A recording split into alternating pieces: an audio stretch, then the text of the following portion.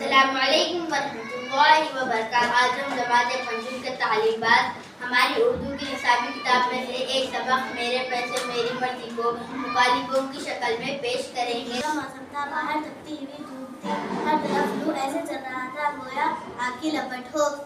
دولت مند آرام طلب گھروں سے باہر آنے کی ہمت نہ کر پاتے۔ دوسری جانب غریب مزدور کا یہ حال تھا کہ سر سے پاؤں تک پسینے میں تر ہے اور اپنے بیوی بچوں کا پیٹ بھرنے کے لیے خوشی خوشی محنت کر رہے ہیں، ایسے اطمینان سے کہ شام ہوتے ہوتے ان کی بنیادی ضرورتوں کا انتظام ہو جائے اور وہ ایک ایماندار اور ذمہ دار باپ بن کر اپنے بچوں کو پڑھائے۔ صرف سڑک کے قریب ایک عمارت ہے جس کے اوپر سے نیچے تک شیشے لگے ہوئے ہیں۔ عمارت کے اندر دو دوست بات کر رہے ہیں، تو آئیے دیکھتے ہیں دو دوست کیا گفتگو کر رہے ہیں۔ ہاں چلے فصل، بازار جا رہا ہوں، کچھ ضروری سامان لینا ہے۔ کیا وہ ضروری سامان فصل؟ کچھ خاص نہیں، کپڑے جوتے سیل فون لیپ ٹاپ وغیرہ کچھ ہی خریداری کرنی ہے۔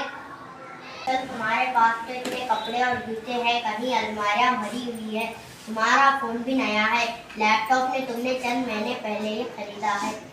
موسم کیسے بات کر رہے ہو؟ اللہ تعالیٰ نے اتنی دولت دی ہے کہ کہیں نہ کہیں تو خرچ کرنا ہوگا۔ کیسے بات کر رہے ہو؟ اللہ تعالیٰ نے اتنی دولت دی ہے کہ کہیں نہ کہیں تو خرچ کرنا ہوگا، اور ان چیزوں کو استعمال کرتے کرتے میرا جی اور گیا ہے۔ تمہیں پتا ہے کہ گھر میں نیا سامان اور نئی چیزیں لینے سے زندگی میں ایک روانی اور تازگی آ جاتی ہے۔ وہیں میرے پیسے میری مرضی۔ یہ تمہاری خام خیالی ہے، دولت اللہ نے اس لیے نہیں دی کہ جہاں چاہے وہاں خرچ کرتے پھرو، چیزوں پر چیزیں جمع کرتے رہو، بلکہ اللہ نے اس کے استعمال کے لیے عقل سلیم بھی عطا کی ہے۔ جانتے ہو قرآن میں آیا ہے کہ کثرت یعنی چیزیں زیادہ جمع کرنے کے شوق نے تمہیں ہلاک کر رکھا ہے، یہاں تک کہ تم اپنی خبروں تک پہنچ جاتے ہو۔ حلال کمائی، حلال چیزیں خریدنے میں کوئی ذائقہ نہیں ہے۔ اسلام کو میں نے جہاں تک سیکھا ہے اور جہاں تک سمجھا ہے۔ تم نے وہ قرآن کی آیت نہیں سنی، انہ لا یحب المسرفین، اللہ تعالیٰ اسراف کرنے والوں کو پسند نہیں کرتا۔ ان المبذرین کانوا اخوان الشیاطین، بے شک فضول خرچی سے مال اڑانے والا شیطان کا بھائی ہے۔ کیا حدیث میں یہ نہیں ہے کہ اللہ کی نعمتیں تمہارے رہن سہن سے ظاہر ہونی چاہیے؟ بے شک ایسا ضرور آیا ہے، لیکن حدیث کو صحیح سمجھنے کی ضرورت ہے۔ اس کا مطلب ہے کہ اللہ کی نعمتوں کے باوجود مفلسوں اور نادروں کا حلیہ نہیں بنانا چاہیے۔ ایسا کرنے سے ناشکری کا اظہار ہوتا ہے۔ رسول اللہ صلی اللہ علیہ وسلم نے ایک آدمی کو گندہ کپڑوں والا دیکھا تو فرمایا تیرے پاس مال ہے؟ اس نے کہا ہر قسم کا مال، اونٹ اور بکری سے اللہ نے مجھے نواز رکھا ہے۔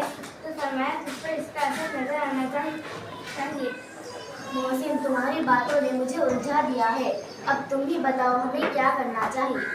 ہمیں اپنی آمدنی اور خرچ میں توازن قائم رکھنا چاہیے اور صرف وہی چیز خریدنی چاہیے جن کی ہمیں اصل ضرورت ہو، اور بلا ضرورت ہماری کتنی سستی کیوں نہ مل رہی ہو اسے ہرگز نہیں خریدنا چاہیے۔ ہمیں پتہ ہے ہمارے پیسوں میں ہمارے غریب خاندان مفلسوں اور نادروں کا بھی حق ہے۔ اس کے لیے ضروری نہیں کہ کسی کو موٹی رقم دے، بلکہ کسی کی معمولی سی مدد کرنا اللہ کے یہاں بہت بڑا اجر و ثواب ہے۔ میں تمہارے باتوں کو بہت حرکت سے سمجھ گیا، لیکن کیا تم کچھ اور وضاحت کر سکتے ہو؟ ہاں کیوں نہیں، میں تمہیں ایک چھوٹی سی کہانی سناتا ہوں۔ شہر بغداد میں ایک مالدار شخص رہتا تھا۔ اس کا ایک لوٹا بیٹا تھا جو ابھی کم عمر اور ناتجربہ تھا۔ اس کا ایک لوٹا بیٹا تھا جو ابھی کم عمر اور ناتجربہ تھا۔ اچانک وہ شخص بیمار ہو گیا اور اس نے مرنے سے پہلے اپنے بیٹے کو نصیحت کی، اللہ نے مجھے بہت پیسہ دیا ہے، میرے مرنے کے بعد اسے سنبھال کر رکھنا۔ اگر تم کفایت و شعاری سے کام لوگے تو یہ تمہاری کئی پشتوں تک کافی ہوگا۔ یہ دولت میں نے بہت محنت سے کمائی ہے جو تمہارے ہاتھ مفت آ رہی ہے، کہیں ایسا نہ ہو کہ یار دوستوں کے ساتھ مل کر سب لٹا دو۔